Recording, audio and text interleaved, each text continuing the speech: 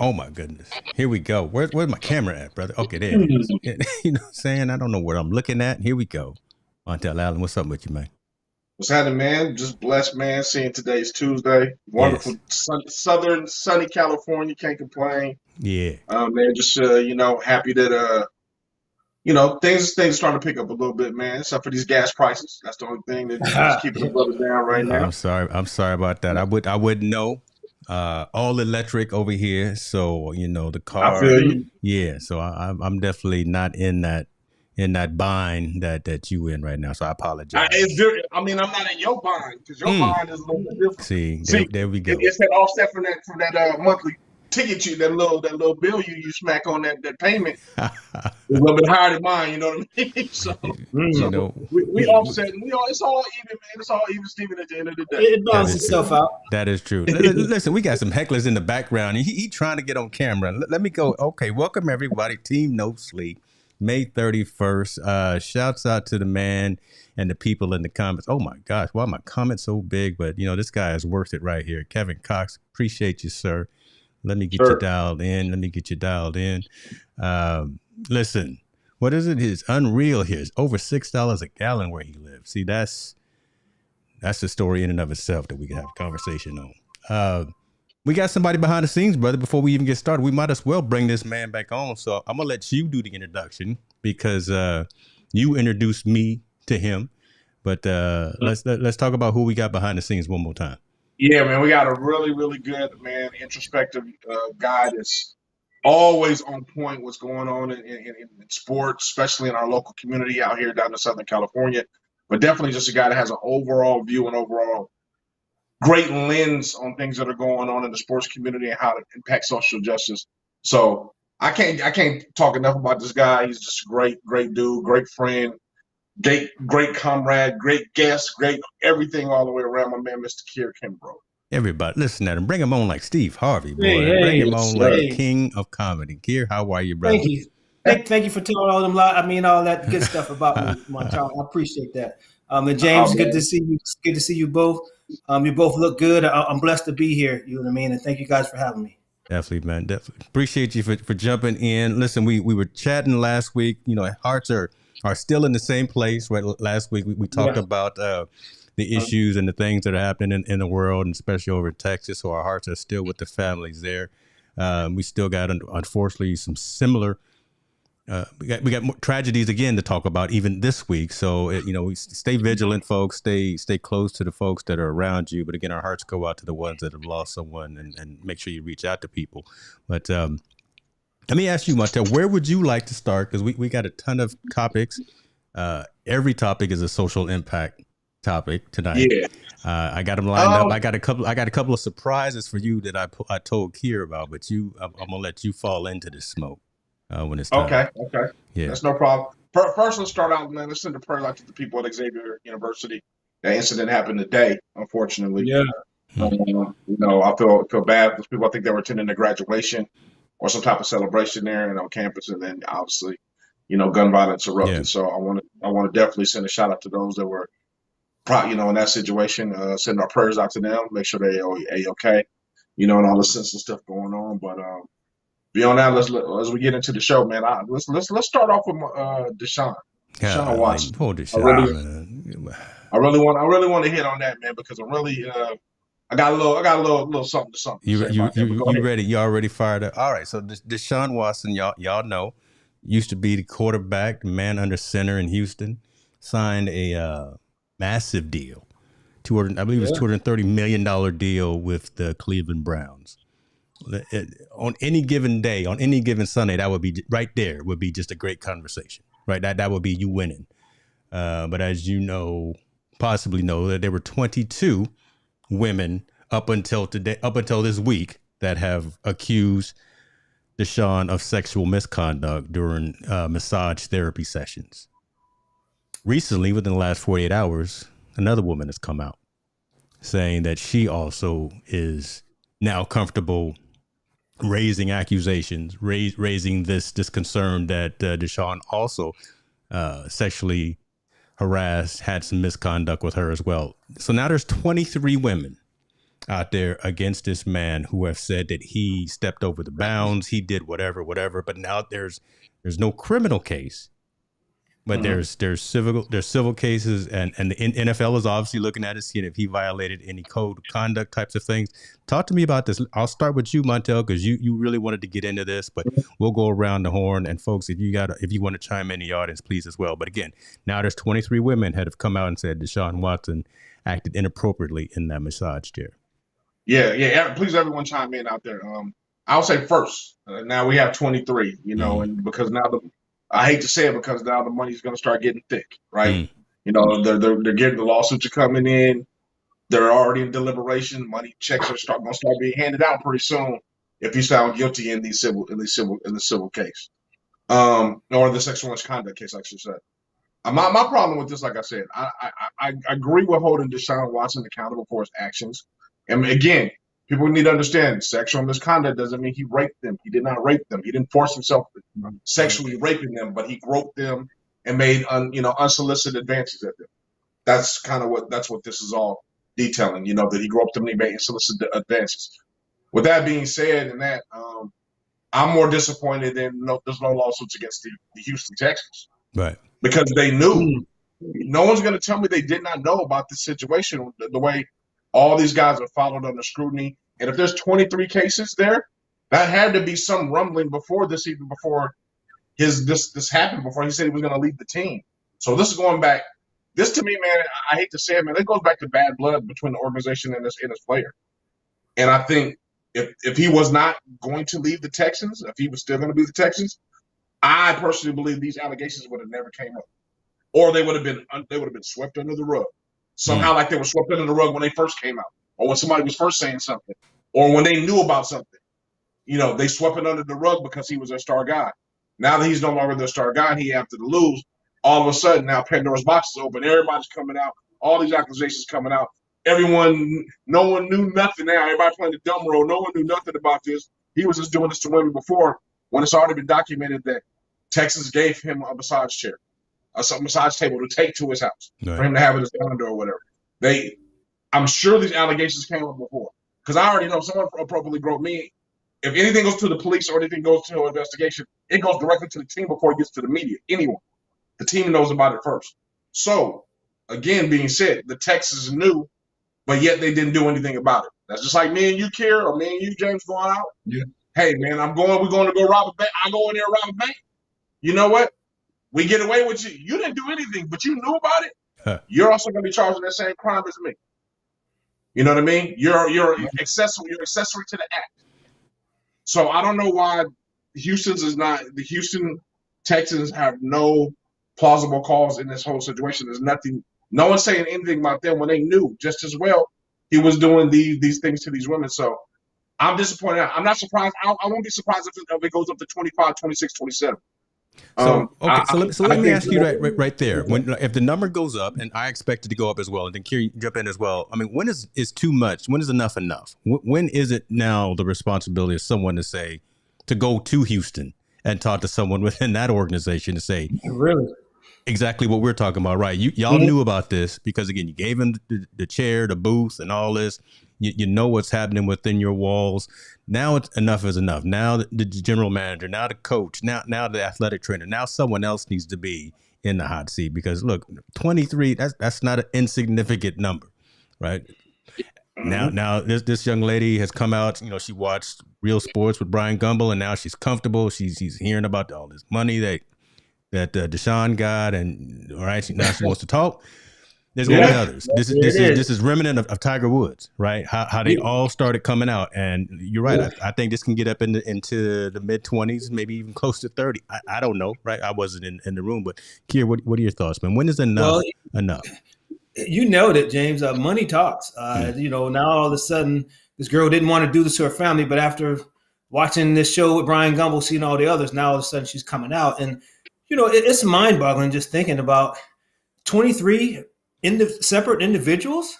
Who needs that many massage therapists? I mean, the boy, he ain't playing the game every day. You know what I mean? So how many, you That's can't a good just find a point. couple. Why so many different ones as well, right? Yeah, Again, that's what I mean. You just can't find a couple good ones and stick with them, because if one can't make the schedule, maybe the other one can. You have maybe a small stable of them, but he got a whole basketball team and the practice squad and everybody else. Yeah, that's crazy.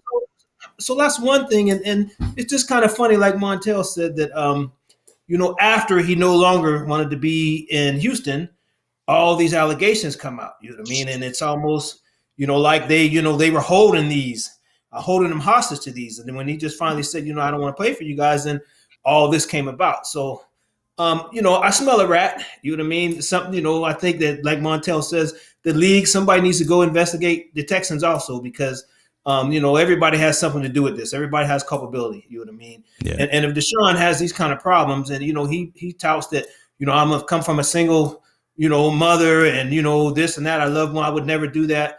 The boy has some problems if this is the case. You know what I mean? I'll reserve my right. Everybody's innocent until proven guilty, but 23. Yeah. And the number can continue to grow.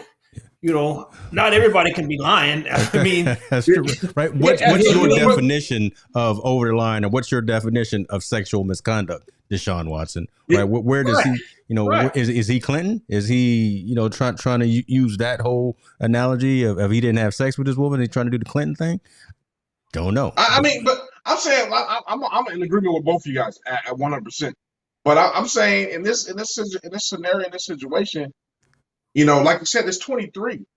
It's 23, 24, 25. So that's a massage therapist a day.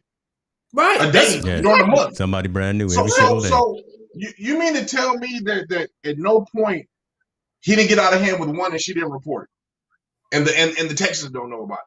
Because Deshawn obviously has an issue. He has a problem. Let's leave that out. Let's not make it like he doesn't. He has a problem because he's groping these women. I have no doubt that he didn't try to rub these women or he made sexual advances at these women that were unwarranted. He's a single man millionaire. I'm sure he was doing it to more than those women that he was besides him. He's doing it to everybody he was running across with. So there's an issue right there. The issue is now that they groped him and he had these advances at them. And I'm not discrediting the women. I believe there's a little bit of truth and there's a little bit of exaggeration in everything. So I believe they felt that situation, they were doing it. But I believe money now enhances that for you to go ahead and probe and prosecute. It's like liquid courage, right? When you're drinking, you feel a little easier going out there and confronting somebody. Yeah, I'm gonna say something. I'm gonna both of y'all. Yeah, right. Okay. But see, my question is this: is like, I don't want to belittle a woman's situation or they're being in that situation, but I mean, a woman goes to the club and someone grabs her, and what if this situation goes to the club and he grabs her butt? He's just a John. He grabs her butt. That's harassment. That's unsolicited. But that woman doesn't go after a paycheck. Now, this situation, I believe it's a little bit more intimate. It's a little bit more intimate, right? So it's a little bit different. But I'm saying they gotta figure this out, man, because at this point, I don't think no man can talk to a woman if she don't like him. You got to wear something that says, "Hey, you like me? Can I talk to you?" Yeah. And if she say yes, okay, it's cool. If she don't say anything, then you don't. I'm not going to situation. Like I said, I know his is isolated. He hired these women to massage him. Obviously, he made advances at them. It was unwarranted. I don't know if all of them were unwarranted, but some of them were unwarranted that came to this case. But besides this problem of him getting therapy, him getting fixed, Houston, Texas knew about it as well. Yeah. And before one of them did. I'm gonna say before Mr. Cox heads off, I know he's got to leave. He answered this question. Were they paid to stay quiet by the organization before he wanted to leave?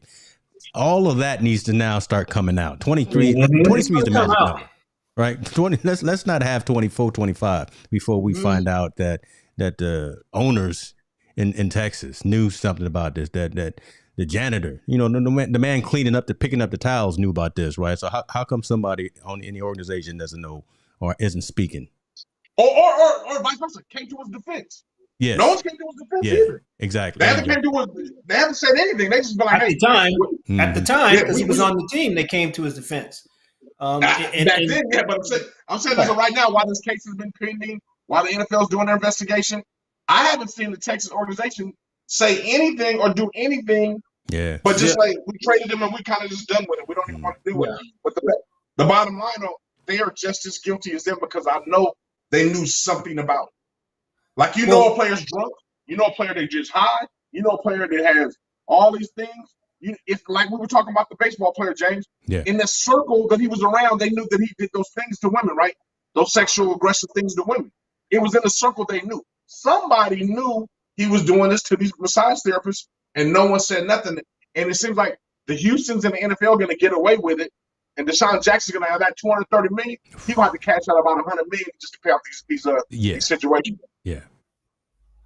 Yeah, that's well, the number is interesting, and it just leads me to believe that there is some truth to what these women are saying, because a lot of times what happens, and I can just kind of visualize the scenario. He may have made these advances towards one, so she no longer wanted to work with him anymore. He went to the next one. So that's the only reason I can put my head around why there are so many, because he probably tried to molest, the 22 before the 23rd came forward, you know what I mean? And so that kind of thing. So that's just the way I look at it, you know what I mean? But the man, something's got to be done. The man needs help. He might need to be hypnotized so we can tell the truth. Or put him on a lie detector or something, you know what I mean? So we can really get down to the bottom of this, because it's not cool either way. It's not right for women. And it's just not a good look for men, and then African-American men at that, you know what I mean? Exactly right. We got enough struggles trying to get closer to the top of the mountain than to have now a high profile, highly paid someone who. But I got a question for you guys on this one, because Antonio Brown had a similar situation. Remember, with his physical therapist or something like that. Yeah. His was gone. Like, his disappeared quick. Yeah, he paid him. He paid him. That was it. Yeah, I mean, he got that. But it was only one. It was only one it reported, not 23. Yeah, he got a check from Kanye. His disappeared in the. His just disappeared. Like, basically, it's not a conversation anymore. Similar situation. Trainer made sexual advances. I don't think he had sex with her, right? I think he was reported to have sex with his trainer or something like that, I believe. Yeah. This one just seems like Desean Watson is a different. He could be a face of a franchise type of guy, right? He could, and it seems like they are really going out their way to tarnish this man's, as a franchise. Like, they look like they're going out of their way to tarnish him, make sure they smear it, because and I'm not excusing you ain't playing. We going wherever you go, it's gonna be hard for you to play for anybody. Exactly. We really going. You out of the criminal. When it was no criminal thing involved, no mischievous involved a criminal, but we still gonna slap some stuff at you to make sure your name is never going to be the same, or your image can never be what it could have been. And on the flip side, Desean Watson definitely needs to get some help. I really do. I think he needs to volunteer and go and get counseling or whatever he needs to get done, because he has a problem. 23 women aren't wrong. Yeah. 23 people point the finger at you. You did something. Even if he was to get counseling, even after, let's say 2 years after this whole trial, after all these accusations are gone, can he ever? Will his name ever be clear? All right, will we ever forgive, whatever the case may be? Right, if he went to counseling and got medically cleared, whatever the case may be, right? Says he knows that he did things wrong, won't do it again, publicly apologizes, gives money to charities, does all the things. Will Desean Watson's name ever be good again? For me, being that it's him and his offenses, I say yes, because you mentioned Antonio Brown. You got all these other guys that have committed these egregious acts that we know they were guilty of, and they still are able to come back to the league. A team will pick them up, sign them. Same way Cleveland did with Deshawn. They said they did their investigation. They did a thorough investigation, and they still signed the man to the most lucrative contract in NFL history for a quarterback. So, unfortunately, yes. Those type of people, those athletes that can do something, can win you a Super Bowl and those kind of things in that arena, they'll re-sign you. They'll forgive and forget. You know what I mean? Some of the fans and people won't forget, but when it comes to the people cutting the checks, they don't care what you do off the field. What you do for me on the field? You know what I mean? Wins and losses, right? It's just wins and losses. They'll pay for the wins. Wow. I think as his career goes on and he gets stronger and he becomes better and this kind of gets behind him, I think it'll always be attached to his name. Yeah. It'll always be That's always attached to going his to be attached, but time will heal. You know, I think time heals all that stuff. I mean, Time, even like but James, I think James, you said the right thing. He has to do the right things, though. Yeah. yes, He has to do the right things for. He has to come out, and if he did do something wrong, he needs to admit it, apologize, do the money thing, however he's going to do it, and do everything the right way to kind of just start to clean everything up to move forward. And to move forward and kind of have the career that he's supposed to have in sports. But yeah, man, I think we're still a long way from this process. And to be honest with you, I don't know how this is going to go for this year. And the reason why I say that, I think Cleveland's a little shook because they haven't cut Baker Mayfield yet. Yeah. So there's something behind there. You're not going to keep $200 million quarterback. All them commercials that Baker done did for Cleveland. Yeah, you got to do something with that, man. He got to get more aggressive. Yeah. I mean, right? Am I right here? Usually in this situation, you cut the next man and you trade him, you get rid of him. Right now, he's not on nobody's trade board, and they haven't cut him yet. Yeah, and they may be holding on just to try to in case things go south with Deshawn. That they got a backup plan. Yeah, no matter how damaged that relationship is, money talks. You know what I mean? Exactly. Money talks. You know what I mean? But that's the red flag in Deshaun's case for me. Like they haven't cut him yet, so if they haven't cut him yet, what's going on that we don't know? Or what do they know that we don't know? The reason why they won't let go of that paycheck. Yeah, because there aren't three strings of quarterbacks like unfortunately our Steelers are, right? We got three fellas that are trying to get that number one job, and there's only two in Cleveland right now. You're right. Yeah. And right now Baker Mayfield still has a job. Right now, I don't want to sound unsympathetic, but whatever happens in Cleveland is happens in Cleveland. You know what I mean? I won't be mad at it. I won't be disappointed. Where's my terrible towel? Oh, there you go, right there. Dropping subliminal messages. I really I thought that was a good kickoff story, man. Like I said, and I don't want to take anything away from women. These things that do happen to these women, unfortunately. I hope every person should be punished for their crime or whatever they do, and I don't wish that on any woman. But there's something to this. It's always something. It's funny when it comes to money, right? It's just that money issue. Funny when it comes to money. There's always something kind of weird when it comes to that part. You don't really know who's right and who's wrong, who's in it for the money, who's in it because they were emotionally scarred. You don't know any of these things. So I'm hoping it plays out. I hope it plays out sooner than later. Yeah. So I'll figure it out. Listen, love it. Let's go and move, folks. I'm looking at all these people on Twitter right now. You can't engage, you can't interact unless you come over here to YouTube or you go over to Facebook, preferably to YouTube. But appreciate you for watching us on Twitter. Keep sharing it. But this is where the dialogue is because we about to get. You thought we was getting into it already? We about to get into it right now. But I'm gonna ask a question. I'm gonna set it up. NBA Finals. Let's talk about that. I was way off. Luka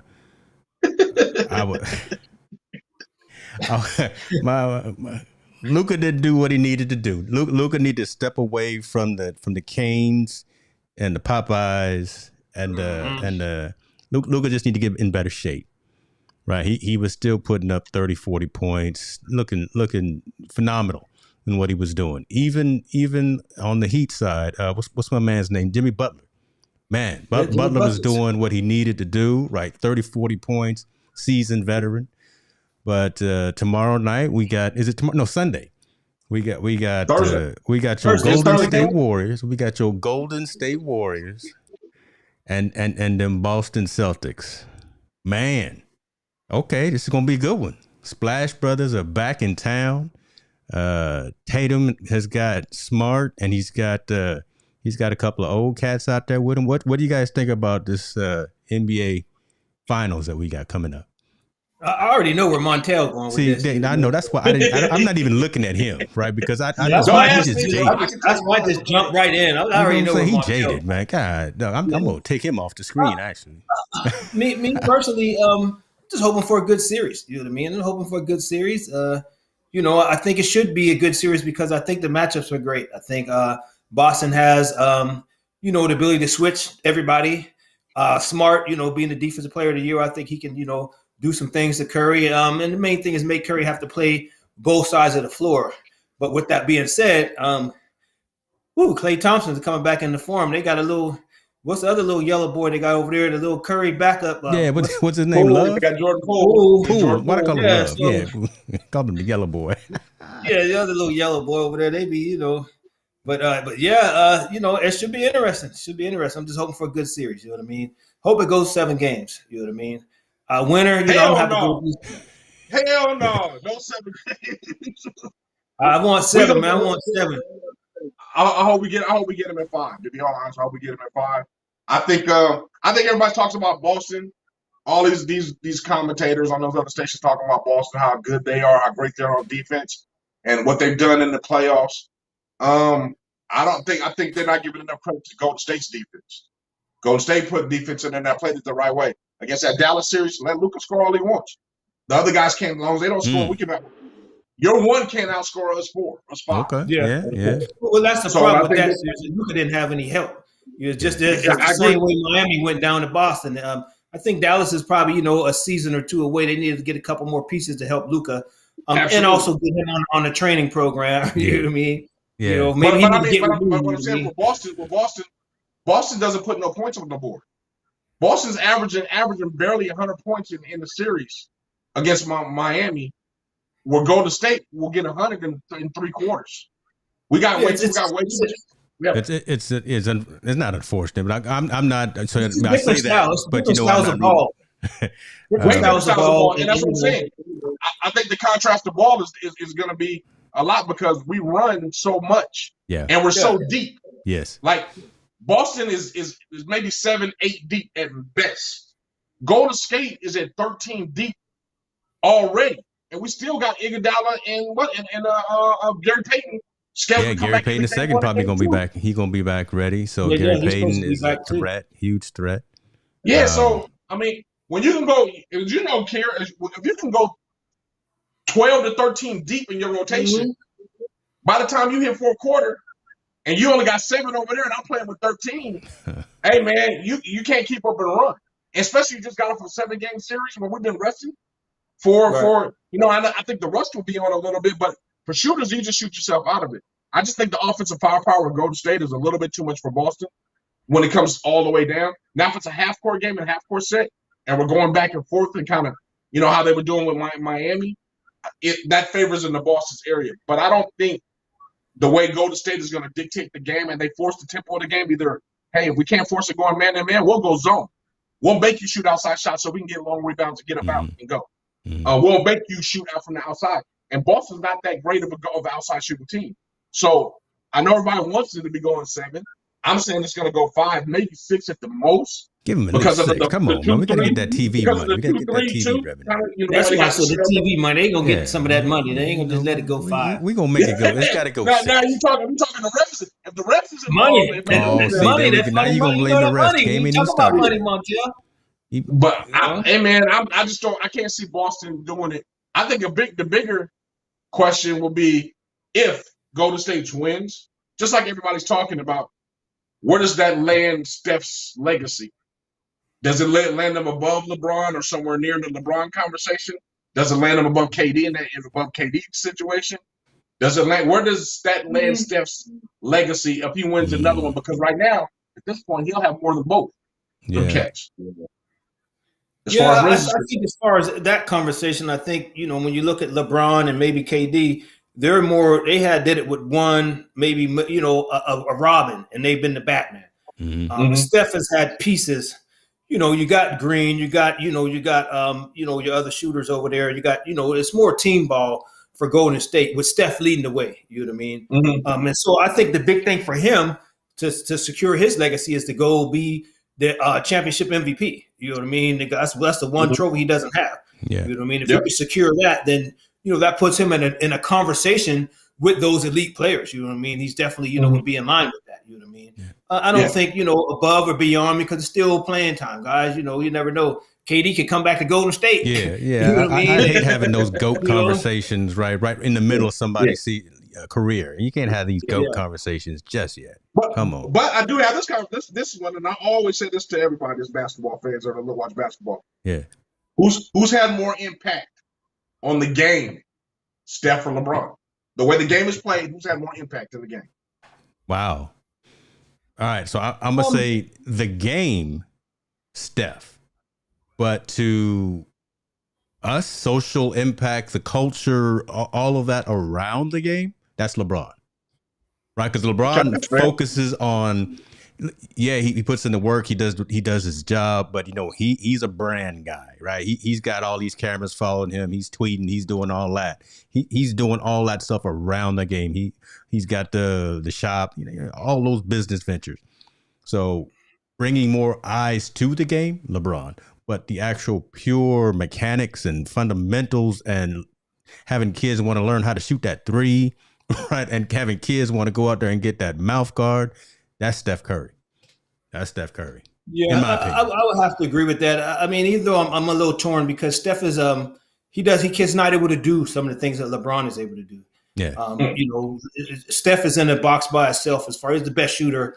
He's the GOAT when it comes to shooting long range. You know what I mean? That's a no-brainer right there. You know what I mean? Better than Reggie Miller. He's the best to ever do it. You know what I mean? LeBron's not in that area even close, but LeBron does other things that Steph isn't able to do. But in the same sense, Steph creates that offense just because he's a threat outside. When he puts the ball on the floor and he collapses to the rim, you see the defense clap on him. He kicks out and gets other players to foul. So that's like a 1A, 1B for me. You know what I mean? I like I say on the game, the way the game is played now, Steph's had more of an influence because now the game isn't dunks inside or mid range. It's now three ball going in. You do the three ball first. Yeah, it's all perimeter. Now you go in. With the way they officiate the game now, you got to be able to shoot that perimeter shot. You know what I mean? You got to have exactly. So I think he's had more impact there. I think he weathered the perfect storm. Right, he came at the right time, the right coaching, the right style of play, and it's just been able to elevate his game, being pulling them from half court and shooting a three and make it and being consistent. Now, he just kind of changed. He's changed the landscape of the way basketball is played. Yeah, from that standpoint, just like Magic and Bird did. Steph's done that. He's done that. He's changed the landscape the way that's interesting. You said the right coaching because every time I think of Golden State, I just think about how Mark Jackson got robbed and how he still is. I agree. I agree. I really can. And that is Mark Jackson's team. That's his team. And Steve Kerr got handed a gold mine. You know what I mean? Yeah. It was hard to mess it up with those players. He managed it well. Not to take away from Steve Kerr, he's a great coach. You know what I mean? But at the same time, that team was handed to him. You know what I mean? And all he had to do was, he didn't have too much to do with it. You know what I mean? And that's still a sore wound for Jackson, right? I mean he's out there doing an analyst and he's commentating, he's calling the games, and he wants them to do good, but then again he's like, man, that's me. That should be me back out there because those are my guys. Talking about coaching, perfect segue. I tell you and I have talked about this a number of times. Representation at the coaching level, and one of these major sports is doing it right. Look at what we got here. Look at what we got here at the NBA head coaching jobs that are filled by black coaches. And look, no team is a scrub team, but all these teams are good teams. Yeah, right? Contenders. You got Marty Williams in Phoenix. You got my man out there in Boston playing for the finals.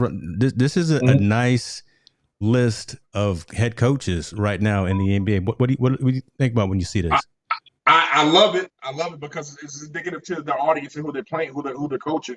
Players are looking at people that are leading them, their own color are leading them to the promised land or to championships, to these games. More so, I think, man, we got to give credit to there's a lot of African American guys that are up in front office in the NBA. Yeah, GM. There are a lot of African American GMs that are doing really big things in there, or really big time, co-GMs or guys that are in the front office that are helping make this cause as well. That's going good. I mean, Elton Brand's over there at Philly. What's Unseld Jr. I think is the one in Washington. He's a GM there.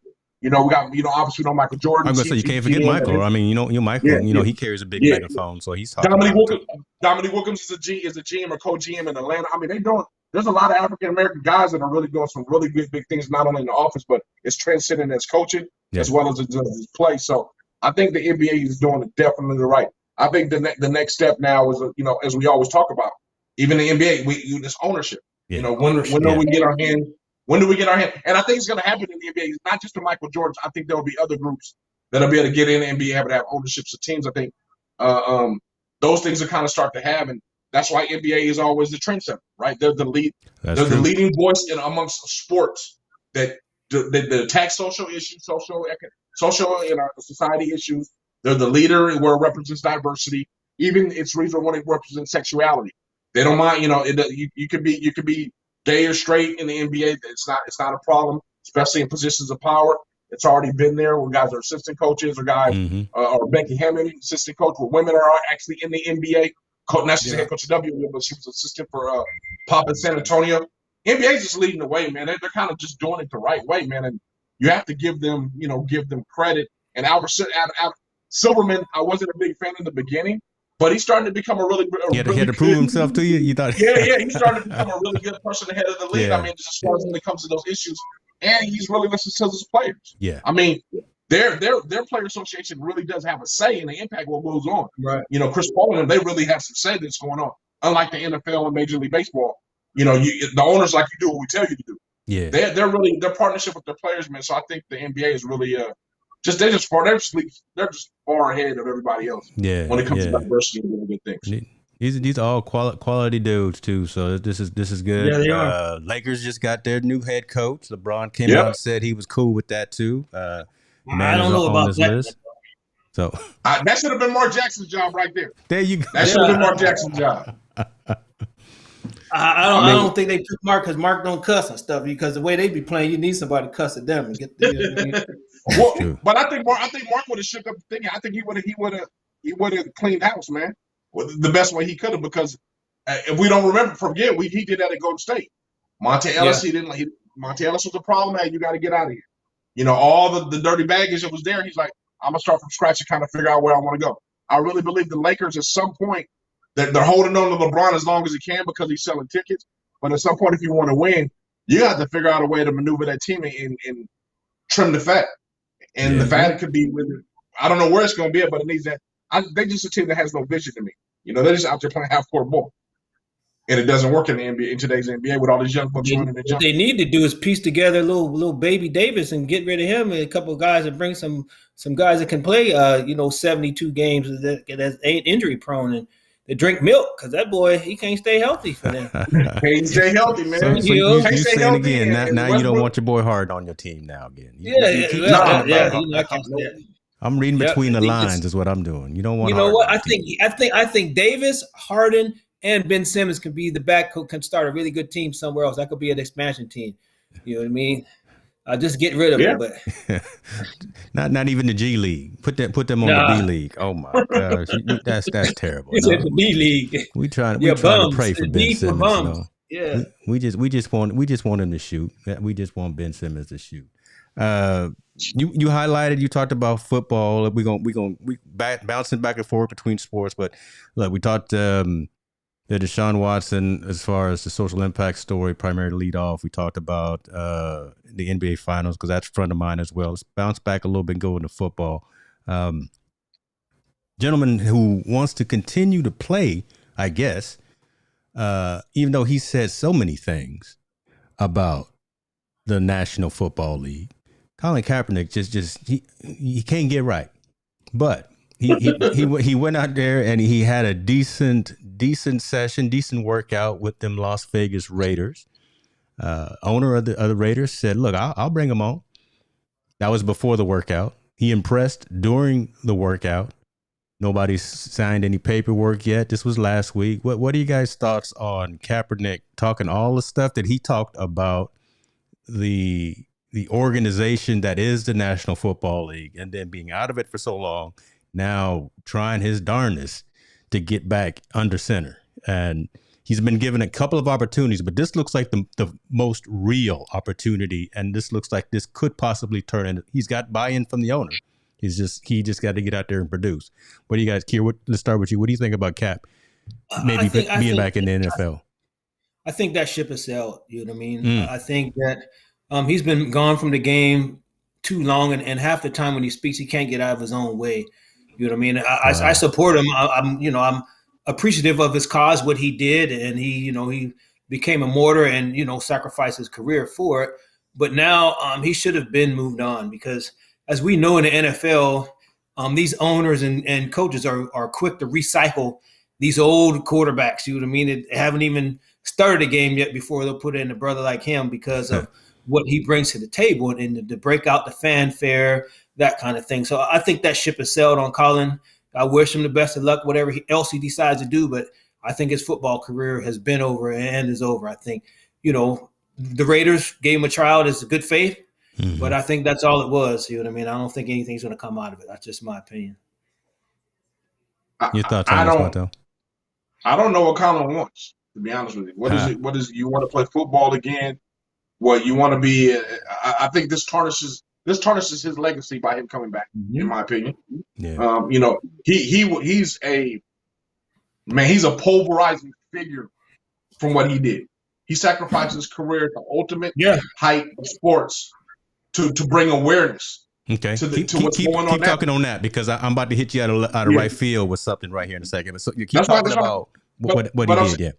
Yeah. I mean, to bring awareness, man, to all these issues with gun and police brutality and gun control and all these things, and paying for funerals and all these things. I mean, he became that figure.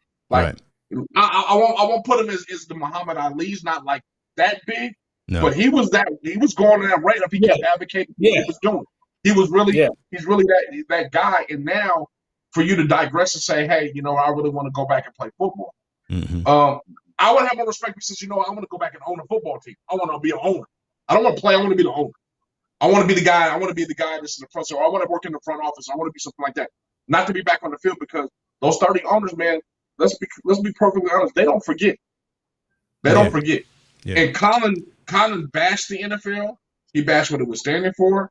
He said that he claimed that slavery was a practice. It's a practice of slavery. Yeah. He said all these things, and now all of a sudden he wants to get back. Man, you got your money, you got everything. I would wish you just continue to be an advocate. Yeah, honestly, I would. That would go further with me, and further than anything than him playing on the field. Now, I just don't know what he wants from the situation, man. Does he want to try to right or wrong and say I need a fair shake? Just like here said, that boat is passed. Yeah. They're not getting. You got to think about this. Really, really digest this. Colin Kaepernick's starting quarterback on a team. That team will get so. That's a PR nightmare. Yeah. That's not a good. You would think it's a good story. Hey, Colin Kaepernick, fought his way back and he's a starting quarterback. That is a PR nightmare for the people that got money, people that believe in that other cause. Not just general pain. Us poor broke folks. I'm talking about them folks that's really the sponsoring and all that. That is a nightmare that they don't want to happen. And I don't believe Colin Kaepernick should even want to be in that situation. Me personally. So let's bounce this back and forth.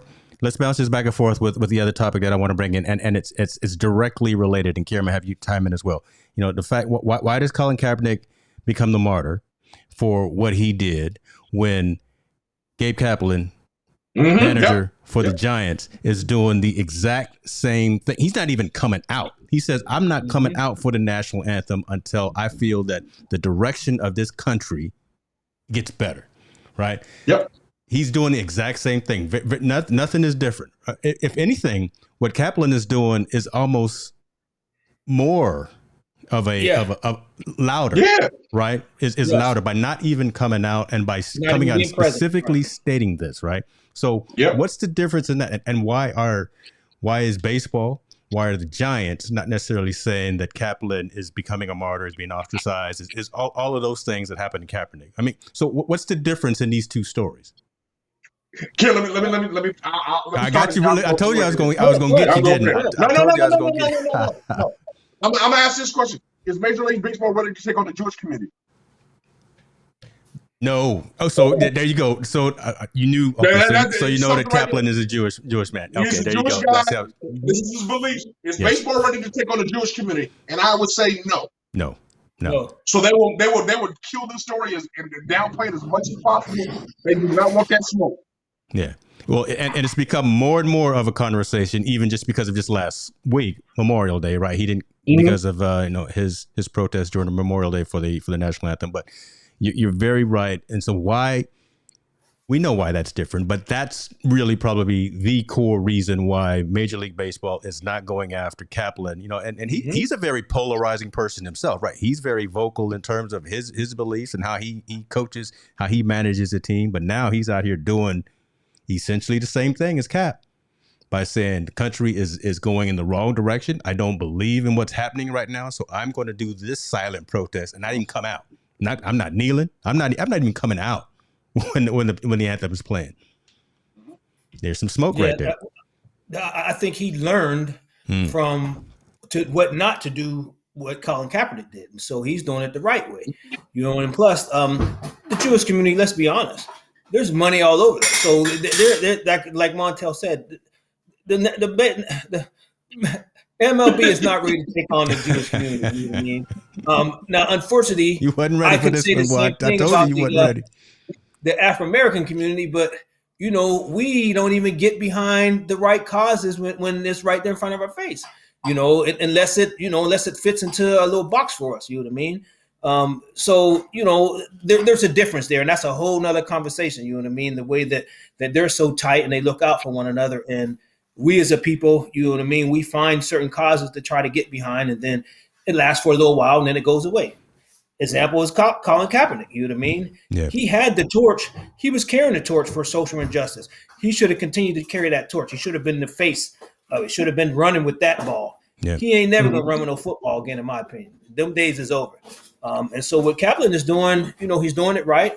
I like the way that he spoke when he did come out and say he had to think about it, and he sat down and really gave it some thought instead of just having a knee-jerk reaction, to his response, and then he detailed why he's doing what he's doing, and I think that that's justifiable. You know what I mean? I think that I commend him from doing it the way he's doing it. Yeah. Plus, he's got the backing of his people. They're going to ensure ain't nobody going to mess with him. They not ready to take that on. You know what I mean? They got enough going on with the, with the other stuff that they got going on in the MLB. And I mean that's a huge positive too. I think, right? Just the backing of community, and why is it that we can have a whole nother conversation about that, right? Again, why we can't rally around each other to help support. But I think you're right. Kaplan's going to be all right. He's doing it the right way. But again, it's just it's looking at the mirror here, right? You have one person on the NFL on the football side. You got a black man who's out there kneeling for the national anthem for social injustice, police brutality, things of that nature, and you got a Jewish man managing a good baseball team. Right, in prime time, under the lights, and saying the exact same thing, saying, in the last 10 days, we've had elderly black people killed in supermarkets in Buffalo. We've had Asian churchgoers killed in Southern California. Now we have children murdered in school. That's what Coach Kerr said. But again, Kapler is saying the exact same thing, and he's putting his action or his inaction out there in public, and he's getting a lot of notice. So we'll see where this goes, right? But I think this is an interesting time to have this conversation right now. I think the beautiful thing about that is it does. I mean, the solidarity amongst the Jewish community. Yeah. I would love for that to help be a changing factor in this narrative about gun control and addressing violence and all that stuff, because that community has a lot of people with power, a lot of people with a lot of political influence. So I think with him doing that and him standing up and him having the gall to stand up for that, this is monumental amongst them. I believe. I mean, Kaepernick did strike the match. I wish he would keep carrying the torch. I wish he would be in solidarity with this coach and be like, "Look, I'm rocking the same way you rocking. I'm glad that you would did be it. Cool. That that would be pretty cool. Yeah, we're in the Bay Area. I think it would show an example of us for African Americans how to solidate and be together as well for another cause as well with Jews, because sometimes historically we've been at heads with each other. Whether it would be some things, it would be a great thing of solidarity to kind of them both come together in this movement, and along with Steve Kerr. Not maybe, I don't know if he's going to sit out. Obviously, he won't sit out with all this going on with the finals, but to have some type of also voice in this as well, because as we know, we have a gun control problem in this country. We have it is, and it's no longer hidden. We know about it all the time, every day. These things that are going on. So hopefully they can use their fame, their influence in the sports world, also their influence amongst their communities to be able to make some change, man. I think this is a great thing. It's just got to hopefully they can all come together. It's something I wish one of them, we'll have a call to action to come together. Yeah. Speaking of Steve Kerr, I definitely want to give Steve Kerr a shout out for speaking out, always speaking out on these type issues. Not just, because it directly affects him because of what happened with his family, but he speaks out for what's right and what's wrong. You know what I mean? And so definitely shout out to Steve for that, because, many people have that platform. Like Popovich, would do something like that, but there's many people that have that platform, but they remain mum and they won't say a word about it. You know what I mean? Even what Kapler's doing, I love the fact that he said what he's going to do, but people fear what they don't see. So by him not coming out for the anthem, people, they don't know what's going on. You know what I mean? They don't know what's going on in that man's mind. You know what I mean? But he's made his statement. He's made it clear that he's not happy. You know what I mean? And as we all should. And just imagine if everyone would unite and say, you know what? None of us are happy. We're never coming. Make them just get rid of the anthem. Period. You know what I mean? Just take it away, because you know what I mean. I had a conversation. I don't mean to ramble on, but I had a conversation with a young man here, one of my former players. And he said, "Coach, can you tell me what's a song that I never should have been singing in my life?" And I was like, "What are you talking about?" He said, "The national anthem and the Pledge of Allegiance." And I was like, "Wow." You know what I mean? When you really think about it, and this is a Hispanic male, you know what I mean? When you really think about it, it's like, wow, it's a powerful statement a young man made. And I had to really wrap my head around and think about it, and was asked him why he felt this way. Then he went on to talk about everything that happened in Texas and the things that have occurred to him during his life, and it made sense. You know what I mean? And so, just imagine, even if we don't have to be the same skin tone or same kind of people to come together for one common cause, for the right cause. You know what I mean? And put our foot down and say enough is enough, because I think we can all affect change with this gun control law if we were all unite and come together. I mean, Texas is going to do what they're going to do in Texas, but the bill's right there. It's there, ready to be signed. Somebody just needs to apply some pressure. And I remember I said before, the executive order, that the president can just sign the executive order and be done with it. You know what I mean? I don't know, what's going on with that or whatever, but we keep saying the same thing over and over when these things happen. Yeah, enough is enough, and we're sick and tired of being sick and tired. But we still sob and weep and feel sorry, say our prayers, for the families, this and that. We're going about our lives until it happens again. You know what I mean? Getting tired of saying prayers all the time. Because I'm tired of. Yeah, we can go down that path again. I would love to get some players, some people that you guys both engage with, the youngsters, right, to hear their perspective on some of these things, especially, Gabe Kapler, Colin Kaepernick, social justice, police brutality, kneeling for the flag, for the anthem, those kind of things, right? And instead of us old heads all the time, we'd love to hear what the generation that's coming up after us is going to. Yeah, they're going to be the ones that have to deal with it. They're going to have to be the ones that have to deal with it. You know what I mean? Our time is. You know what I mean? The sand is running, you know what I mean? And so these, we got to do what we can do to set it up for these young folks. And unfortunately, if we don't, make our big push now and show them what needs to happen, you know what I mean? Encourage them to, take the ball and run with it, so to speak, then, we're just going to keep repeating these same situations, these same circumstances over and over. Well, that's the action item for you, brother. Your action item for the next coming weeks is to get some players on here. We'll get some young cats on here, man, to talk. I would love to get some college kids and some high school kids on here, and let's talk about their perspective and see where they come from. Yeah. Kind of have a little forum. But before we wrap on this story, would you think? I know Kapler's not coming out, but would his cause be more powerful if he did take a kneel? Like, would that show? Or is that too much more of a distraction for Major League Baseball? If he came out and kneel during the national anthem, like Colin Kaepernick, in front of his dugout, that speaks volumes. Because him not showing up, I can't see who he is. Especially if I'm sitting in the high seats. I don't know if he's out there or really not. I really can't tell. I'm just taking his word he doesn't come out. But if he came out and he kneeled, wouldn't that be a really, really powerful statement in you guys' opinion? Yeah, I think it would, but the backlash that he would receive, that's what I'm saying. The optics of that is kind of tough. It'd be unnecessary backlash that would overshadow his cause and his purpose. And I think we've all seen, even myself, being a former military, all the other stuff when the national anthem was played, I fought for this country. You know what I mean? I've been to a couple wars and all the other stuff, and so I have a hard time, standing for it, even recognizing it anymore. And that's hard for me to say because I have shipmates and brothers and former soldiers, and we just had Memorial Day that the men and women that served before us that are no longer with us that have passed. So I find myself at times being torn. Thinking in my head, where am I at? What's the situation?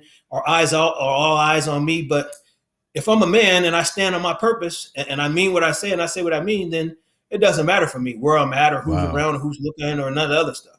You know what I mean? I'm doing what's right for me. You know what I mean? I don't care what anybody else do.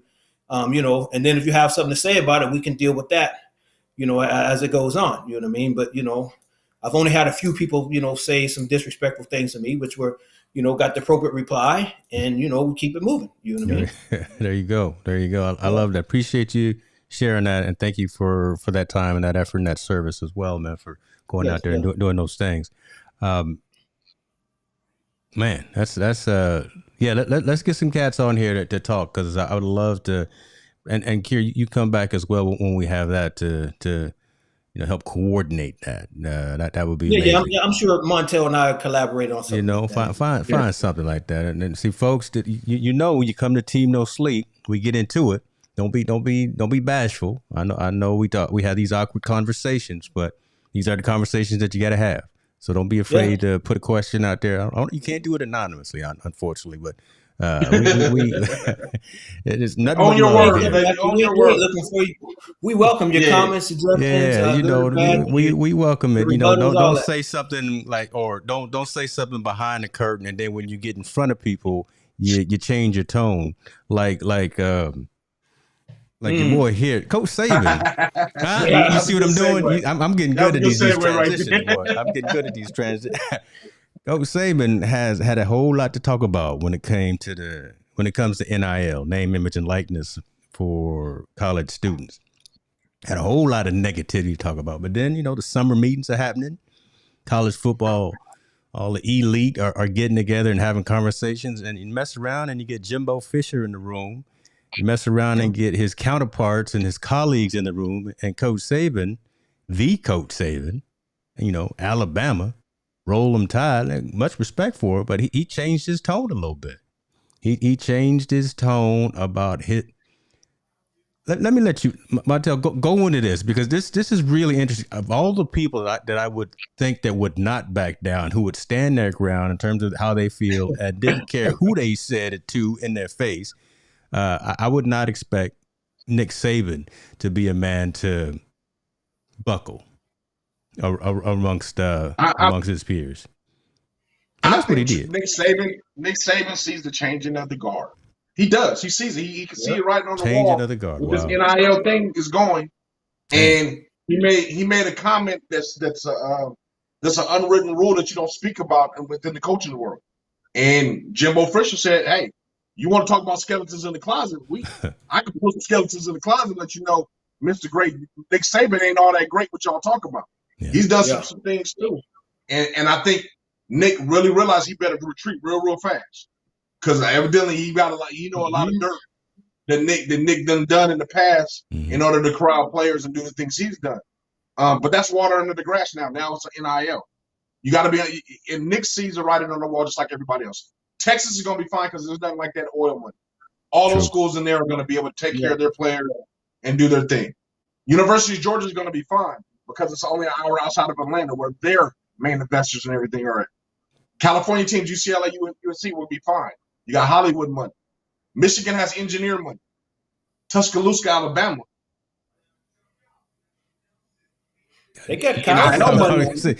That's dead silence right there, right? I mean, you're right. Yeah, they got cows and stuff down there, Montel. Don't they got cows and livestock? Man, it's tough to compete when you got shining lights of New York or California to Tuscaloosa. If you look at it, the long-term thing, the long-term of how this NIL thing is going to work and how teams are signing NIL deals and how everybody's going to get paid and how individuals are now going to be able to capitalize off of this.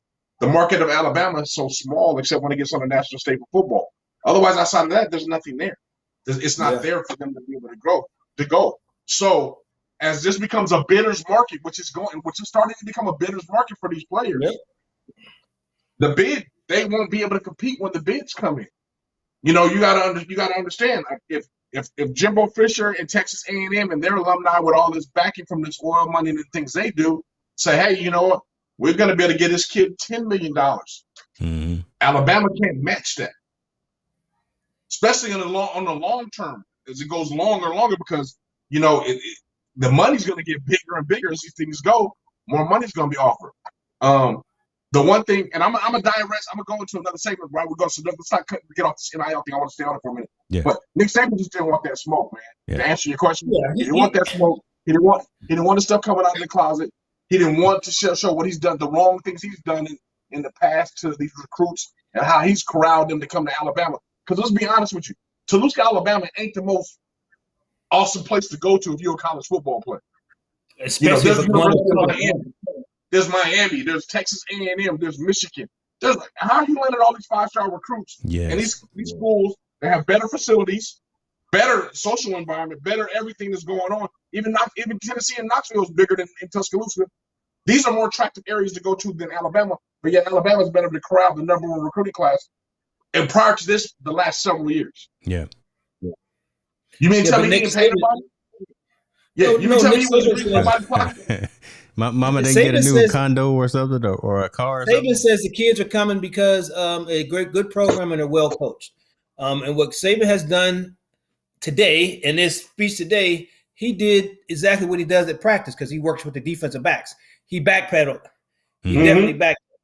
And so, and you know, like Jimbo said, Saban not only has all kind of skeletons in the closet, many of them skeletons still got meat on the bones. You understand what I'm saying? They sure do. So it's something to chew on there. The quote is, go dig into his past. Anybody that's coach with him. So Saban, he quickly backpedaled off of that. He know that man got too much speed in front of him. He going to get burnt over the top. So he better fall back. You know what I mean? And so he don't want no parts of that. You know what I mean? And you know, now, you know, you mentioned Texas. I just seen the boy in Texas signed a Lamborghini deal. $800,000 for 2 years, $400,000 a year, and they're gonna give the boy a Lamborghini. This boy is a running back for Texas A&M. Hold on, Texas A&M running back. You know what I mean? Lamborghini deal, $400,000 a year for $800,000 over 2 years. You know what I mean? And so, you know, and when you think about the NIL stuff, I gave it a lot of thought after you guys mentioned it last week, and you know, we kind of chimed in a little bit about it. You know, many of these kids that are coming to these schools, they get these scholarships, but many of them are coming from, you know, poverty level families, you know what I mean? And so that money that they do get, they're not guaranteed to go to the league to have the opportunity to make more money. Yeah. And I kind of, you know, there's pros and cons to it. But for instance, say, you know, you're this high profile athlete, you got this nice big NIL deal, and say you go out there and get hurt, you know what I mean? That's when the NIL money is going to come in hand, you know what I mean? You're going to need to make sure you manage that money right, you know what I mean? Because the other money ain't coming no more because you got hurt. You know, your draft stock, all that stuff falls. So then on the flip side of it, you know, you can't be – well, you can because there's plenty of young men that's going to be making more money than the coaches that coach them at their position. True. You know, and how's that going to look? You know what I mean? Me trying to – okay, Montel, that's it. Montel, I need you to go over here and get these bags. You look at them, man. Go get that bag. I'll show you if you get the bag. You know what I mean? Coach, so, I make more money than you do. Yeah, you know how kids can be, especially with a little bit of money when they ain't used to having it. You know what I mean? That whole attitude changes. Everything changes and stuff. So that's really a sticky thing. I even heard like in Texas, they're going to legalize high school players to be able to get NIL deals. You know what I mean? Wow. There's a kid in California that signed one of the biggest NIL deals, high school kid. In Pittsburgh, California, a quarterback. You know what I mean? He signed an NIL deal with a recruiting company called Air, and it's a recruiting company. And they said, who's better to sell our product than somebody who's been recruited or been through the process? But he signed a big old NIL. The boy just is in high school still, a senior in high school. Yeah, it's in Pittsburgh, California. I read that. And My question to you, so to all of us, the panel and our fans out there. My question is, now that NIL is in, and you're getting paid to play college sports, you're now no longer a college athlete, you're a professional athlete at this point because you're getting paid for your practice. My question to you is, should now instead of their NIL or not the NIL, but the letter of intent, which is their contract they signed to commit to the school. Shouldn't that make it more of like a professional contract? Yes. Well, and it depends. And like, if you sign an agreement with these NIL companies, you got guaranteed money, so to speak, then yes, it should be. That's what I'm saying. So, or I think well, now schools are going to be able to do NIL deal too for a whole school, so everyone's going to get paid. I'm saying once you sign in that school as an athlete, and you're going to go to that school, instead of a letter of intent, it should look more like a professional contract where it could have incentives in there, and also where there can be decentives of you do something wrong on our campus, or you do something you're not supposed to do, or you hold yourself out of character on social media or something. Just like the NFL, we can not only fine you for that money, we can also cancel your contract. See, but they didn't set the structure up properly before they opened this NIL thing up. They didn't. We talk about it all the time. It's what they didn't do, because there should have been rules and regulations and ramifications. Because, for instance, you got a kid. There's a situation. We had a kid that got an Adidas contract.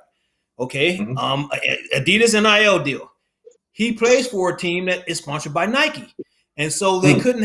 He wanted to go up there and do a press conference, and he could not. And they were asking, "Well, it's a direct violation for the university because me, Torrey Pines football, we got a Nike deal. You can't come up here with Adidas stuff, but Adidas is paying me to wear this stuff.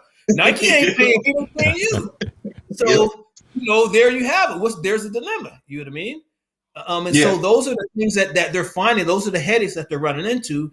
They're trying to make these policies, but schools are trying to implement these individual policies instead of the NCAA as a whole instituting these policies, which is not going to fly because the kids don't have to abide by them because it's not a regulation, so to speak. It can be a school policy, but if it comes after the deal is already signed, then it's null and void. You know what I mean? You can't force that policy on them.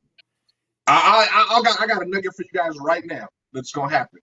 With the NIL deals the way they're going right now, this is the beginning of the desanction of NCAA. Power 5 is going to split off into its own. Oh, yeah. I guarantee. Yeah, there it is right there, James. Yep. That's crazy. $8 million for junior. An NIL deal for a junior. $8 million. Yeah. Okay.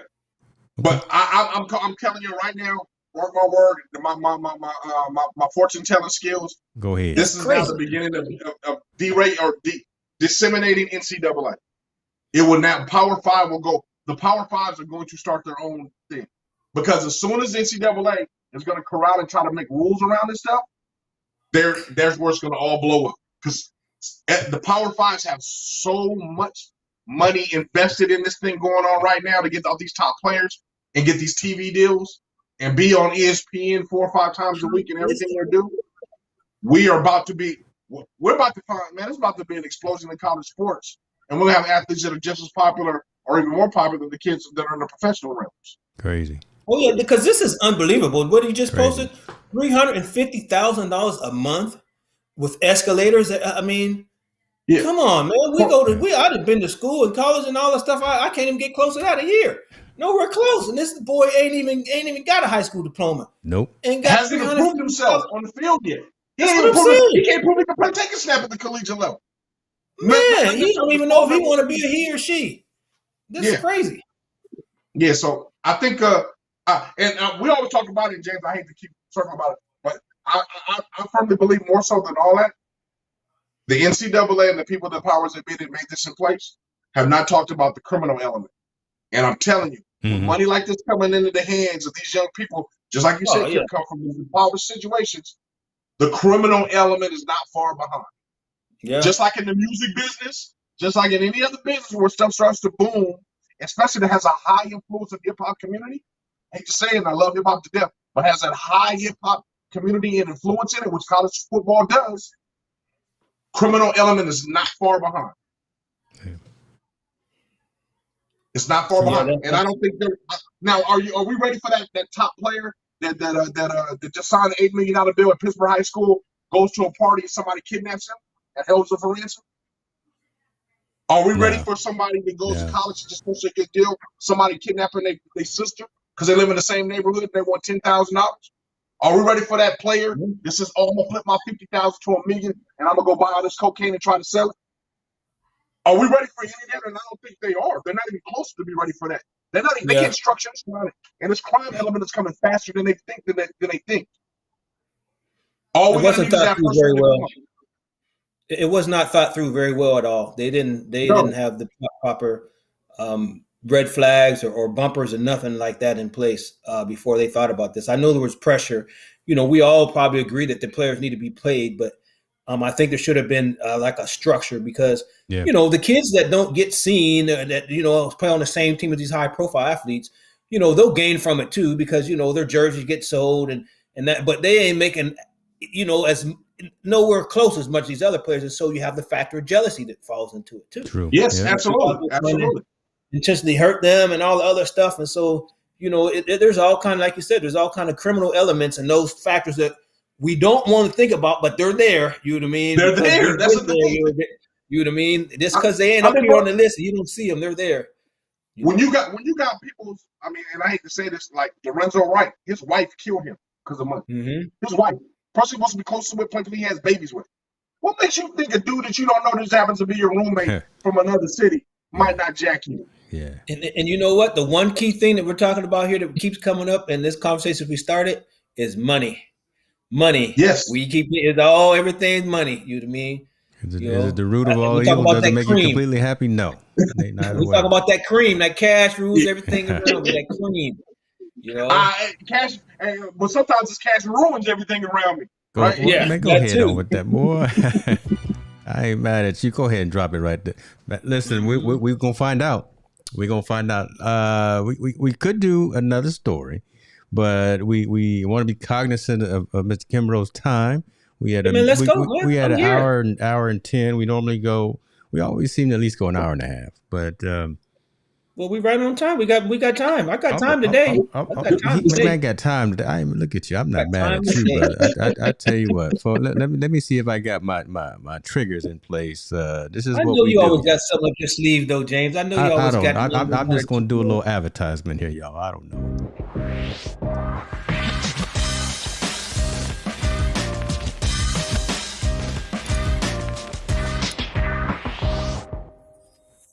Yeah, dope. Triggers finally worked this time. It's almost like I know what I'm doing. It came through this time. That's dope. That's dope. Good at it. Get good at it. Listen, every Tuesday, man, me and that man right down there below me, Mr. Montel Allen, come on here, 6:30 p.m. and talk about the social impact of sport. This is what we do. God, we've been getting into it tonight too. All right, this is probably one of the most controversial stories that we've talked about in the last 2 or 3 months. This is not talking. Leah Thomas. Leah Thomas. If you don't know who Leah Thomas is, you need to go back and I'll send you a link to the last episode that we talked about her. Leah Thomas is at Penn. She is a swimmer, fast. Maybe too fast for the women's division or women's side. Leah Thomas used to be a man. Went through the transition surgery. Leah Thomas still wants to swim. No problems with that. Leah Thomas wants to swim on the women's side. Right? She wants to go in the women's locker room. She wants to come out of the women's locker room. She wants to swim. She wants to go to the Olympics. Swim for the United States of America. Shouts out to that. But again, wants to swim on the women's team. Had an interview today saying that, everybody talking all this stuff that I have an unfair advantage. Y'all crazy. Y'all don't know what you're talking about. I don't have an unfair advantage. This is me channeling Leah Thomas during her Good Morning America interview this morning. I listen, that's my opinion. That's crazy talk. Leah Thomas has the largest advantage of capability coming out of the women's locker room, swimming in the women's league, swimming on the women's team, when it comes in that water. Just her build, her capabilities, her lung capacity, her strength, all of that, right? she is saying that she does not have a advantage that she thinks as compared to someone who was born a woman as opposed to someone who now is transitioned as a woman. Montel, we've talked about this before. It's back in the news because Leah was on Good Morning America this morning. Go with you, and then we'll go to Kier. What are your thoughts on this latest development that Leah is saying, leave me alone and let me swim with the women? You know my stand on it, man. I think Leah's delusional as far as not having an advantage, in my opinion. I think that this is something that the NCAA definitely needs to regulate and look at, and I think it's just unfair. I mean, other women that are trained for this moment all their life, that are there, to try to swim, and this person comes in there. There used to be a man, now a woman swimming, who has the different muscle tone, just different muscle development, different advantage of swimming. Man, it's just unfair. I mean, that's just like, I think and I know people, I'm sorry, the ones that aren't Dave Chappelle fans out there, but Dave Chappelle was saying about it, if LeBron James had a sex change and went and played in the women's league, it would be an unfair advantage. Am I correct? Right or wrong? Leah Thomas looked like Michael Phelps, right? Yeah, Leah Thomas is the truth, right? Is a specimen, right? She can get out there and I'm being respectful. I'm saying, she can get out there and do her thing. This Leah Thomas is yoked. I'm trying to get like that in the gym, right? But I'm saying that's a clear unfair advantage, and it's been proven the way she swims. And the problem I have with this, the biggest problem I have with this, is when she was a male and she swam, she was mediocre at best. How was she doing? Yeah, she wasn't doing nothing, was she? She was mediocre at best. She wasn't winning. She was mediocre at best. Yep. Now so that tells you to take right now. Now she changes herself to a woman, and she's one of the top swimmers in NCAA. Just killing everybody, just knocking them out the box, right? Yeah. So you mean to tell me there's no unfair advantage? There's clearly unfair advantage when you could just look at the times between men and women, right? Yes. There's a clear difference. There's a difference in the times that go there. So I believe, me personally, I don't want to say she shouldn't she shouldn't be able to compete, but she shouldn't be able to compete against other women that are naturally born women that are doing the sport, because she has an unfair advantage, just like doping, just like steroids. It's an unfair advantage, man. It's just unfair. It's not playing on an even playing field. Now they can let her swim, but her time doesn't count, something like that. But there's no way they can say, hey, this is a bona fide meet. She's okay. She has unfair advantages, and she can go ahead and go. Yeah, I'm not buying it. Unfortunately, that's my opinion on it. Yeah, and Kier, before you go, Kier, before you chime in, and exactly to what you were saying, right? Here's medical Dr. Michael Joyner of the Mayo Clinic, and Mayo Clinic, that's a reputable name, right? We tend to want to pay attention and listen when they talk.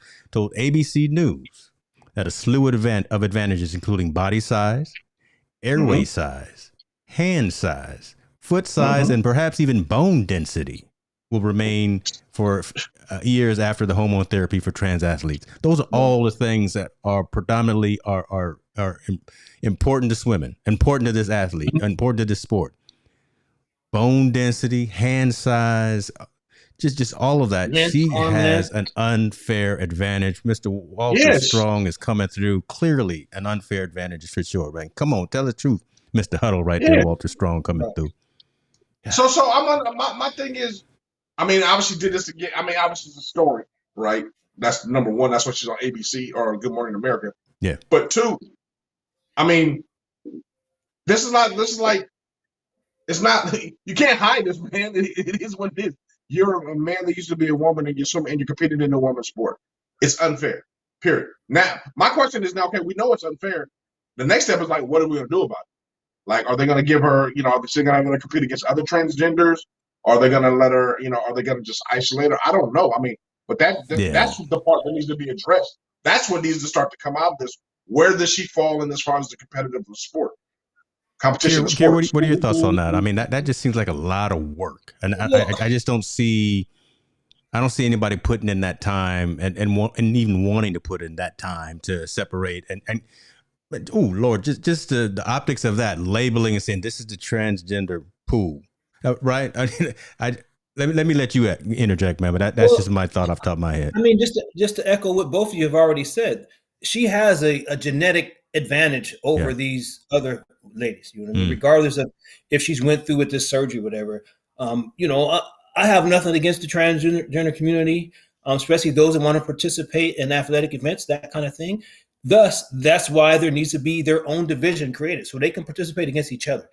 You know what I mean? I think that's a better, situation rather than, she with the unfair advantage. Because if my daughter is out there swimming, so to speak, who's been training her butt Yeah. off since she was, a That's little exactly what we toddler, talked about what I mean, before, she yeah. gets a chance to get to this point. Then I have this young man who transitioned to a female, and you're going to compete against it. That's just like her going against her big brother. You know what I mean? It's like a high school athlete, playing down at youth football with the Pee Wee guys. There's a definite unfair advantage. Whoever doesn't see that, doesn't understand that. I don't know what to say about them. And then to want to, when you win, to actually feel like you kind of accomplished something, because, as an athlete, as a competitor myself, I want to win against somebody where it's even, you know what I mean? Where, it's, especially with swimming, it's an individual sport. So you're challenging yourself, just like the other person next to you in the other land. So, knowing, if I knew I had an unfair advantage, that win, it just wouldn't be a win to me. It definitely have to have an asterisk or something, Wow. or just would be null and void. You know what I mean? I just can't. So why even It's compete, just right? unfair. It's just unfair. Almost why would okay. It's just totally My unfair. I don't see, I don't see how anybody can justify this being okay. Like I said, I have nothing against the transgender community. I think maybe there needs to be divisions or something established for them to participate against each other. You know what I mean? That's what Let's make it fair. You know what I mean? Let's have their own league. You know what I mean? And then you won't have a boy or another girl that's not transgender trying to come and swim against you. You know what I mean? And so I think something like that needs to be put in place for these transgender folks, and so that way it can be legit. The competition can be legit, because this is tainted. You know what I mean? And I watched some of the interview for her to get on there and say the things she said, that I understood why she did it, because she felt out of place, needed to have this up. I'm all for it. I definitely didn't want to see her commit suicide and not feel comfortable in her own skin and whatnot. So I'm all for it. Now, when it comes to athletic competition, okay, transgender to go play some football, you know what I mean? And see how that may work out for you know what I mean? That kind of thing. And so you don't never see the reverse way. So I'll do it a different way, Kier. I would say take the same scenario and have it in MMA. Yeah, I mean, the same scenario. If this was MMA, the same scenario, this is MMA. How would people feel about it then? Would it be an unfair advantage of a man that changes up to a woman is not beating on other women? People that naturally want it? We're talking about the spirit of competition. We're talking about the spirit of competition at an even playing field. Don't give me. He just has an unfair. And I know there's some girls that can get down and do their thing like that, but something like this is tainting. What some women have worked so hard to do, for this person to all of a sudden come and have a genetic advantage. Yeah. This is a genetic Pandora's box, right? That Walter's talking about, right? I mean, saying great point, creating a division for individuals like herself. Would be opening a Pandora's box by doing this, by creating a division that only other sports may follow, just like you said in MMA. Could you fathom that? Right, you're right. Someone that is transitioned, going out there and wanting to fight. I mean, there's a place for them. We just have to find it. I mean, I don't think competing against, they need to compete against like people. You know what I mean? People like themselves. You know what I mean? It's just that simple. And Laura, I get your point about the football. Yeah, there have been women playing football, but I'm talking about on a real competitive level, in the trenches playing those. You know what I mean? I know there's girls football, but I'm talking about that's just like me or Montel or James wanting to come and play girls football against all the girls. Well, I think we would have an advantage against most of them and some of them. So I'm just trying to definitely. Comments. So so I get it. You know what I mean? But I think in this particular instance, no matter how you put it, it's just wrong. It just doesn't bode well with me, and that's just my opinion. So, and I'm interested to see. I would be interested to see how the transgender community kind of either rallies around this or makes noise of this. To be honest, I would like to see where their angle, kind of where they would either open our eyes to that lens to kind of see where they see it from. Because from Laura's, the interview, I don't see through his or her lens or her lens. I don't see through her lens. Excuse me. Through her lens, the way she was saying this, I don't have an advantage. I would love to see for the transgender community to kind of get behind him and say, not only, hey, we see it, we identify it, and now here's a resolution. You know what I'm saying? I like if you have a problem, come to me with a resolution as well, especially in something like this. What's a viable resolution? Like, how can we do this? Because it can't continue this way because it's going to be tainted, right? It's going to be guarded, it's going to be looked at, and it's going to be there's always not genuine. People like us that don't agree with the results. Yeah, we don't agree with the results. So now you have to have some type of resolution to say, hey, here's the even playing field. This is what we propose, or this is what we think should happen in order to create that lane for people just like Laura and other people just like her to be able to compete in competitive sports. Because otherwise, we're always going to have this discussion. I think before this one, there was a transgender that played basketball at the JC level in the Bay Area. Yes. There was a problem. And they said that person had an unfair advantage, and I agree with that one too. Had an unfair advantage, being a man now a woman. And we take the other sports as well. It's going to continue to be that same way. Especially anything that involves really rigorous physical contact or very physical fortitude. I think if you're a man and a full-grown man and you change yourself, you're going to have those advantages over women just from the genetic structure of your body. Exactly. From an athlete standpoint. Again, I just think there has to be a lane created for transgenders to be able to, if they want to participate in competitive sports, that kind of thing, then that's all good. But I just think there has to be their own lane for them to do it against one another. Same way we have the WNBA, we have the female football leagues, you know what I mean? You have those things, so that way it's inclusive of those folks. It's not like a transgender can want to all of a sudden get into the NBA. It's not going to happen. You know what I mean? Same like you said with the college girl, the girl in college up north there, that it was definitely unfair advantage. I've seen that girl. She was huge, tall. It was a boy before, but was so big and so overpowered some of the other young ladies that it definitely wasn't right. You get stuck out like a sore thumb. You can see that straight from the gate. I can't recall, and what's up, Topo? We see you in the building, man. Appreciate you for joining. I can't recall folks who are in the limelight who are in this same situation. I'm thinking Caitlyn Jenner. What was Caitlyn Jenner's response to this? I thought that Caitlyn actually said, and correct me if I'm wrong, that she also thought that Leah Thomas had an unfair advantage. Right, because look, if anything is going to change, I think, right, you're going to have to get that backing of folks who have a louder megaphone, right? Who are out there. Caitlyn Jenner / Bruce Jenner, Olympic gold medalist, can get out there and make some noise and either rally for you, rally against you, whatever the case may be. But you can't just go out here by yourself and say, I don't have an unfair advantage. I'm trying to get into the women's pool when you were born a certain way and you've got these physical advantages that have already shown to demonstrate that you're better than the people that were born women right now. So I'd really be interested to see, and I'm gonna do some research to see what the Caitlyn Jenners are. Yeah, that's what I'm saying. I would love to see through their lens. I would love to see through a transgender's lens, or rally behind, or adversaries or support. I want to see through their lens what they mean by either they don't have a fair advantage or they do, and kind of like that dialogue. I would like to see somebody just make it make sense. You know what I mean? Because obviously, I want Penn is not going to do too much because they're trying to avoid a lawsuit. You know what I mean? Which could get ugly because of this. You're discriminating against me because I'm a transgender, that kind of thing. So is it a lawsuit? And then also, is it something like Walter was saying, right? Is it a constitutional conversation that, again, if we start taking this maybe to something like the Supreme Court, where does that go then, right? When you start having that kind of conversation about you're infringing on my rights because now I identify as Y instead of X, and you're not letting me swim. Well, we gonna take this to the Supreme Court, and then you're gonna get all of this. Okay, that I hear you on that one. I hear you on that one. But we do that we do international competitions, right? Yeah. Right. If someone tests wrong or tests with an unfair advantage, you're eliminated from that competition. There you go. Right there. Wow. Right there. I'm off, right? That's exactly what happens in those competitions. If you're a boxer and you took steroids and they take your blood, you're gone. You have an unfair advantage. You have a large amount of testosterone in your system that makes it unfair from the other people. Am I correct? Mm-hmm. So we're talking about unfair advantage. She obviously has an unfair advantage physically. Yeah. when it comes to swimming. So if that's the case, and the reason why she has an unfair advantage when it comes to swimming is because she used to be a man. Yeah.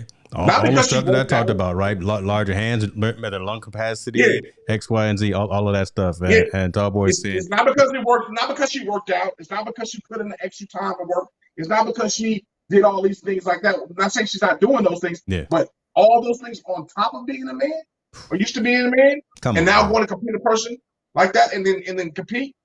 That is where the problem lies in. And I believe, I don't think Laura has a case, man.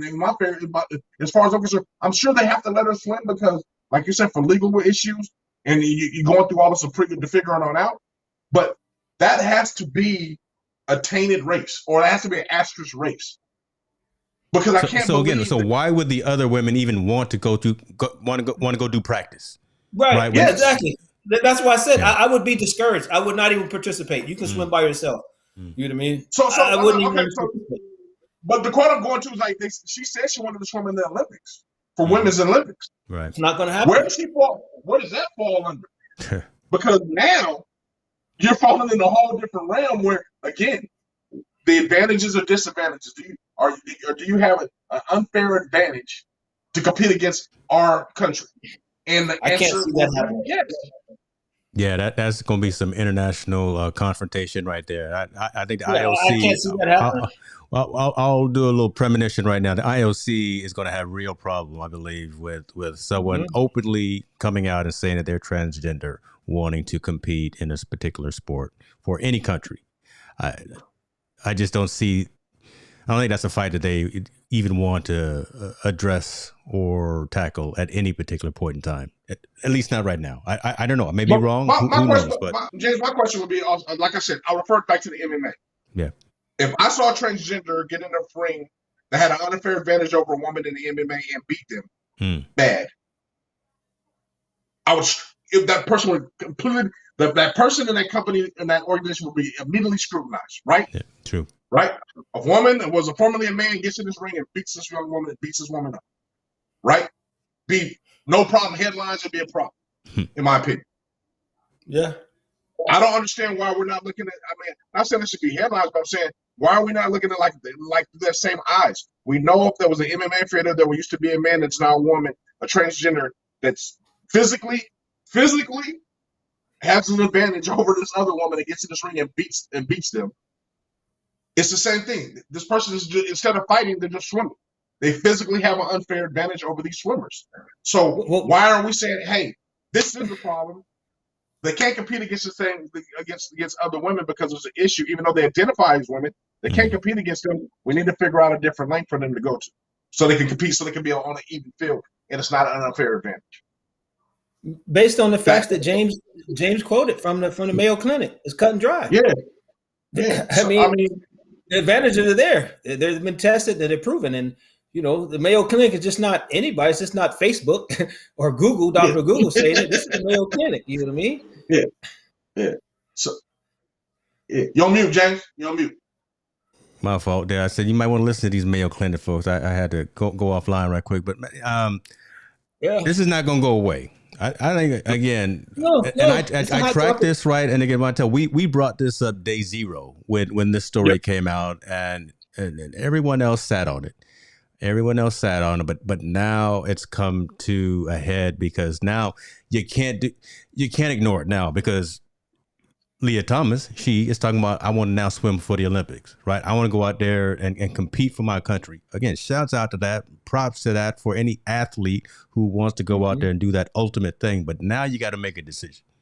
Now everybody's got to make a decision in terms of who and where she can swim, which locker room she can come out. Can she even compete? Is she even a are we going to give her the Barry Bonds asterisk? Right? I mean, just like you're saying, Kier, is this even going to happen? Right? I think there's something that's going to go. And remember, international, our Supreme Court doesn't have any bearing over our international. No power at all. If NCAA says, it's okay, and she still may not be allowed to go on the Olympics because that's the international rules under their things. Like I said, man, I welcome this discussion, but I would really love to have someone open my eyes and have a heart-to-heart discussion on why and why, and I can express why I don't agree with it, just so I can get a better understanding. I really don't. I just don't understand where that Leah is confused, saying that she doesn't have an unfair advantage and why she's competing against women. I think that Leah needs to really focus in on, okay, how do you get satisfaction and gratitude on winning a race against a bunch of young ladies when you yourself are now a young lady but used to be a young man? You know what I mean? I don't see how you can get, any competitive, how you can pat yourself on the back or applaud yourself, that kind of thing, because there's definitely advantage. And I know, like I said, again, I can't reiterate enough. I'm all for transgenders and LGBTQ, whoever you want to be, you can be the best you want to be. You know what I mean? I'm fine with all that. But when it comes, this is a very controversial topic because, what you do has impacts on the people the other young ladies that are really young ladies that you're competing against. You're taking their dream away from possibly going to the Olympics or something like that because, you have to be the tops of the tops to compete. You know what I mean? And if you're allowed to do so, then what happens is, like I said, if my little daughter would have been training since she was 2 years old, could swim, trying to, be in the Olympics, and then she come up against Leah, you know what I mean? I got a problem with that. I'm going to have a problem. Rightfully so. Rightfully so, man. So to be continued for sure. But this is what we do. Over. Yeah, this is what we do. We bring up these controversial, awkward conversations. Man, listen, don't get to sweating over there. You need something to drink. You need some water or something. But no, I'm out of water. But I mean, I was just thinking, you know what? In that home situation, maybe they just ought to have an open competition where men and women can swim against each other. Men, women, and transgender. Everybody go in one pool, and then they go co-ed. That's okay. Now I can get down with co-ed. I could get down with co-ed. You're the top transgender. I can get down with that. Everybody, I mean, I just believe there's got to be a resolution, man, without having to go to court. But like I said, I'm very open, man. I would really love to understand through their lens. I want to see what are they seeing and what they're thinking. Because I'm jaded, man. I'm flawed like everybody else. Like I'm all preconceived ideologies behind it. So I would love to see from that. I have a discussion that's like how do you see it's not an unfair advantage and so on to be able to have that dialogue, man, so I can learn from it as well. Yeah. But I do believe, I don't think that this type of thing is going anywhere. I think it's probably going to become more prevalent as we get older. Yeah. And I believe they need to be able to adjust and adapt to having this kind of conversation. But again, it is unfair to swim against women, though. I stand behind that 100%. Agreed. Well, James, I think this could be another homework assignment for Montel. Possibly is. Oh, look at you getting more action items. Yeah, let's try to reach out and find someone who maybe that's transgender can help us try to make sense of it. That would be willing to come and talk. You know what I mean? To make to get their perspective, how they feel about it. You know what I mean? Yeah. I think that'd be pretty interesting to do.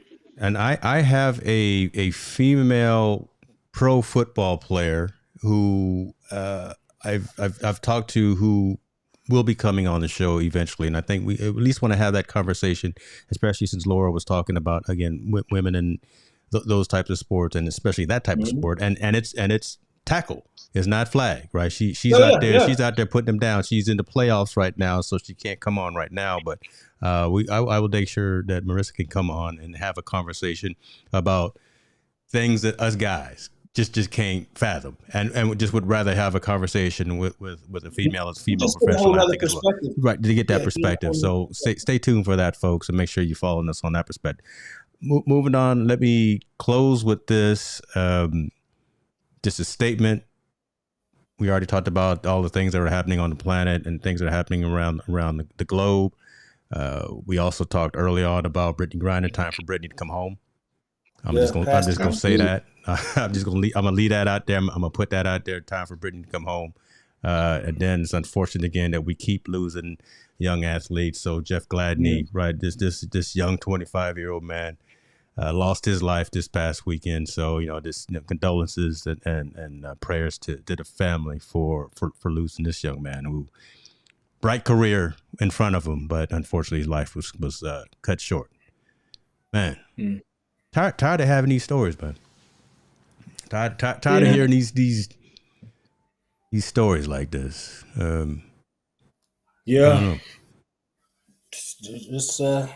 It's just unfortunate. It's just unfortunate. Good young man, obviously on the right track. unfortunately, in the car accident. Yeah. It's just it's really tough. I'm sure it's tough for his family. I know our prayers go out to his family, and his friends. Everybody's affected by him, man. But I mean, you know, there's nothing else to be able to be said, man, except that I can give my condolences. Yeah. And pray for his family's strength, because I know this is a tough one. He was a young man that lost his life. Yeah. So know what happens all the time. Unfortunately, we wish it didn't, but we wanted to bring light because, again, it's a social impacting story within the sports world. And again, folks, you got someone, hold them close. Give somebody a call if you haven't talked to them in a while, kind of like we were saying last week. Kier, brother, we appreciate you coming in. You made us run long tonight because you was bringing some heat too, boy. You had some things on your mind. I could be a little long-winded at times. You had some things on your mind that you and Montel, he can always bring it out. He likes to instigate. So I'm that man. You that man. Montel, take us home, man. I always give you the honors, brother. Yeah, take us home. Always, man. Like I think, just like we all reiterated, man. Please pick up a phone call somebody that you haven't reached out to in a while. Just say hi, see how they doing. Just do a check in on them. Before we go, I'd like to say happy birthday to my day one friend, my best friend that passed away of cancer, Tim Wadholm, man. Rest in peace. And man, everybody, just like I said, say your prayers. Grab that loved one, give them a kiss, and hold on tight, man. We're gonna be all right though. We'll make it through another day. There it is. God bless. You too. Kier, be good to yourself, Montel. We talk to you later, folks. We appreciate you. If you like this, we brought you some value. Share it with somebody. See us again next Tuesday evening.